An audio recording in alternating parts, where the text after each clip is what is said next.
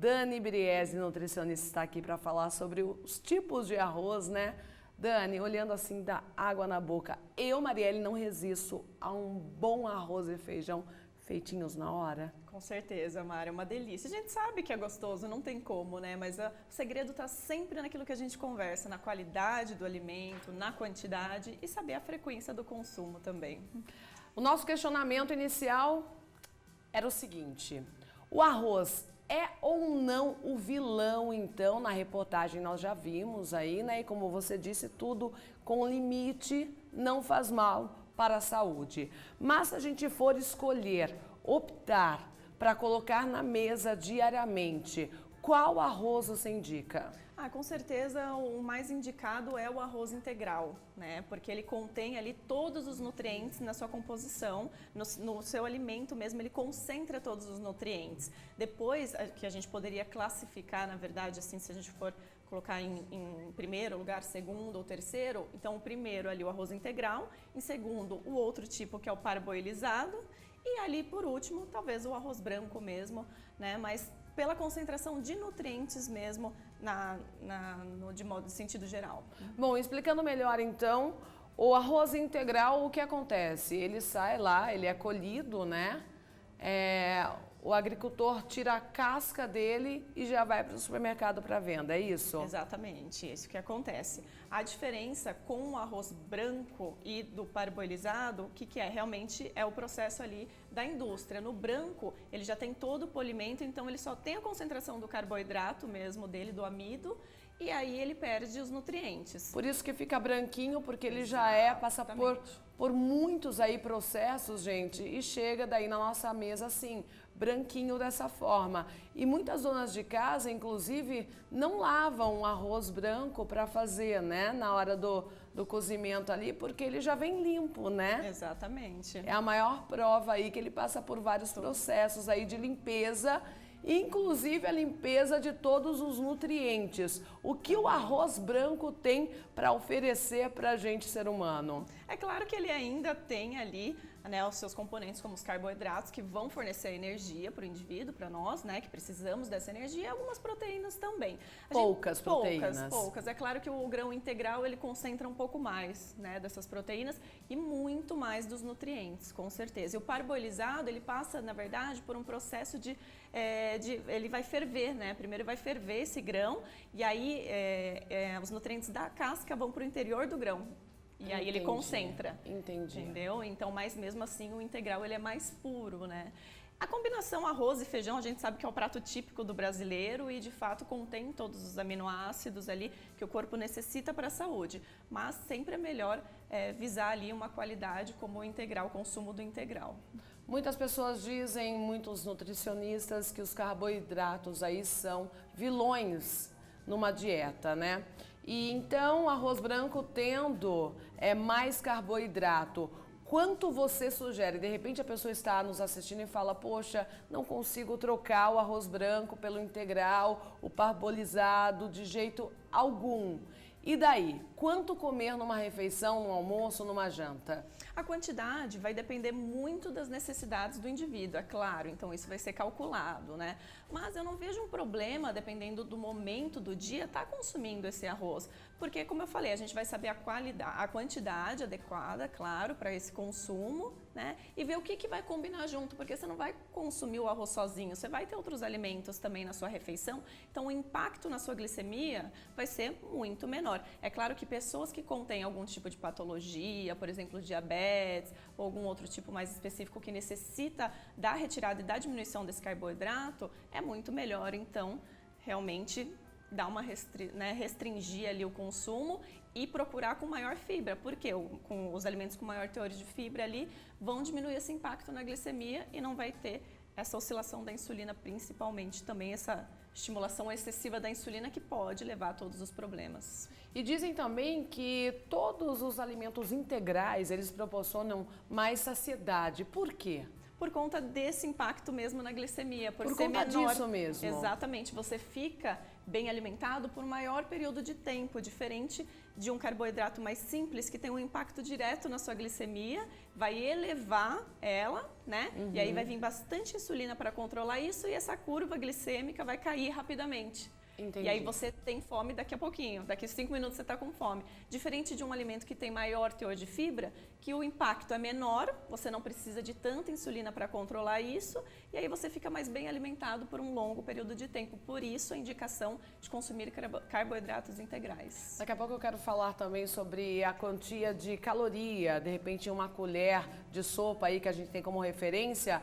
Produção, por favor, deixa o telefone para quem quiser mandar alguma pergunta. Estão chegando perguntas aqui com o tema do dia para quem quiser aí mandar para a gente, para Dani. O Wesley da Bahia, da cidade de Cipó, ele diz: minha mãe acabou de fazer um arroz agora. E a sua mãe, Marielle, a dona Ana? Olha, o Wesley já sabe até o nome da minha mãe, a dona Ana. Gosta de arroz? Sim. Todo dia almoço na casa da dona Ana e todo dia tem um arrozinho fresquinho e o feijão também, viu? Bom, vamos lá então falar sobre calorias, Dani. Uma colher de sopa, coloca então a imagem do arroz branco na tela. O arroz branco, quantas calorias? Acredito que vai depender muito da quantidade em si, né? A gente tem que ver, na verdade, normalmente a gente usa uma tabela de composição de alimentos, que a gente vê ali, por exemplo, uma porção de 100 gramas. Quantas calorias e quanto de carboidrato, para fazer essa relação com os outros tipos também. Sim, na média... Na média, eu acredito que não consigo chutar um valor em relação a 100 gramas do alimento, mas eu acho que ele com um arroz integral, até em questão de caloria mesmo, é bem parecido. É parecido. É parecido, mas o que muda vai mesmo, diferenciar é a quantidade do proteínas. nutriente e proteína e os nutrientes mesmo em si, de fato, né? Entendi. Porque a quantidade do carboidrato é realmente bem parecida. A concentração é maior no branco, mas no integral ele ainda também tem um pouquinho, claro, né? Com certeza, Entendi. porque é uma fonte ali de energia, então ele tem o carboidrato. Dani, e vamos falar sobre o seguinte agora. Quando uma família opta por colocar o arroz branco na mesa, né? Se o filho tem filho pequeno ou filha pequena, o que acontece? Eles vão comer, porque é aquilo que está disponível, né? Então, até uma dica para as mães e pais para incentivarem as crianças a terem já, desde pequeno, uma refeição saudável. Oferecer para as crianças a opção do integral, né? Isso é importante também. Isso é importante, porque a gente sabe que até os 2 anos de idade, o paladar está sendo formado dessa criança. Então, a gente apresentar esses tipos de alimento com maior teor de fibra, com maior concentração de nutrientes é muito bom, porque ele vai acostumando o paladar e o seu consumo vai ser bem mais, ele vai aceitar melhor esse consumo. Ok, temos uma pergunta aqui, a Stephanie. Meu filho tem 1 ano e 5 meses e adora comer arroz. Faz mal comer muito arroz ou só arroz? Tem criança que realmente só gosta de comer o arroz, né? Não aceita a tal da mistura que é a carne, né? Ou um legume, uma verdura. Exatamente. Só o arroz é aquilo que a gente até conversou, né, anteriormente. Só o arroz tem um impacto diferente do que você consumir com outros tipos de alimento, porque a gente visa muito a carga glicêmica da refeição. Então, o arroz associado com uma proteína magra, com as outras fibras dos legumes, das folhas, né, de uma gordura boa do azeite ali para temperar, isso tudo diminui a velocidade de absorção desse carboidrato. Então, é importante estar associado com outros tipos de alimento. É claro que com crianças a gente sabe que é mais difícil mesmo, né, o consumo. Então, tem que ter um jogo de cintura. Eu tenho um exemplo em casa. Minha sobrinha Isadora tem 3 aninhos, ela só quer comer arroz. Tudo que tem carne no meio, um macarrão com carne ou uma lasanha, qualquer outra coisa, ela não aceita. Quer que a gente tire, inclusive, a carne do macarrão, por exemplo, e só quer comer o arroz. Porque a gente sabe que, de fato, é mais palatável mesmo, é gostoso, né? E por conta desse impacto na glicemia também de consumir ele sozinho, a gente tem vontade de comer mais mesmo. Sim. Né? É que nem a questão do açúcar, por exemplo. A gente come e quer comer mais, né? Não tem aquela saciedade, não tem a sensação de saciedade. Então, por isso que talvez a criança está consumindo e não quer parar, porque ainda não deu a sensação de saciedade, né? Por conta do impacto glicêmico. Até os pais que têm dificuldade aí, né, em alimentar os filhos, né, deles recusarem aí frutas, verduras, legumes e até os essenciais, o arroz e o feijão.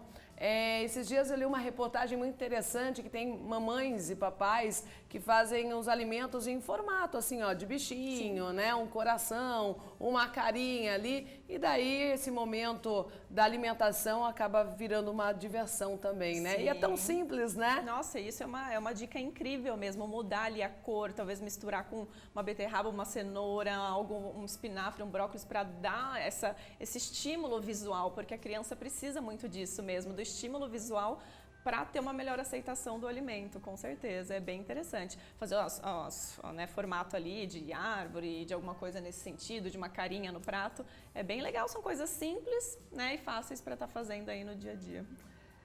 Temos uma pergunta aqui, na verdade está passando uma informação para a gente. Os médicos estão pedindo pela milésima vez para quem for cozinhar o feijão, deixar ele de molho por pelo menos 15 minutos no vinagre, depois lavar bem e colocar para cozinhar. Só o vinagre está matando uma bactéria que está vindo no feijão das plantações. Nem os antibióticos estão resolvendo. Você sabe algo disso? Tem que lavar realmente? Você indica lavar o arroz e o feijão, Dani? Olha, indico sim, mas em relação ao vinagre, é algo talvez novo que está saindo, essa questão, né, desse tipo de contaminação. Mas assim, a gente indica sim, principalmente o feijão, para não dar nenhum tipo de desconforto gastrointestinal. Porque às vezes a pessoa sente aquela sensação que ou tem uma formação maior ali de flatulência, né? Tem gases mesmo, sim, às vezes estufa um pouquinho. Então, a gente recomenda lavar o feijão mesmo, deixar de molho, na verdade, até de um dia para o outro, se for possível, umas 12 horas, para poder porque ele amolece também, né? Fica mais fácil, gasta menos gás, já que estamos nessa crise aí, com o preço lá em cima do botijão, né? Então é mais fácil deixar de molho mesmo. Fica mais fácil o cozimento e também para não ter esse desconforto mesmo. Bacana. Temos mais uma pergunta aqui. Áurea, de Cachoeiro, de Itapemirim, Espírito Santo. Um idoso com diabetes pode comer arroz todos os dias? É aquilo que a gente tinha conversado. Quando tem uma patologia específica, como diabetes, por exemplo, eu sempre recomendo reduzir esse consumo e ter muita atenção. Nunca consumir sozinho também, sempre associado com outros alimentos. É claro que o mínimo de carboidrato a gente precisa no dia para todas as nossas funções vitais, né? O cérebro funciona à base da glicose, o nosso sistema imune, então é importantíssimo ter ele, mas cada caso é um caso, por isso que é super importante uma orientação nutricional e do seu médico também, para avaliar o caso e ver como está isso, né, o desenvolvimento dessa doença, para poder estar orientando melhor. Mas é bom evitar e reduzir o consumo sim.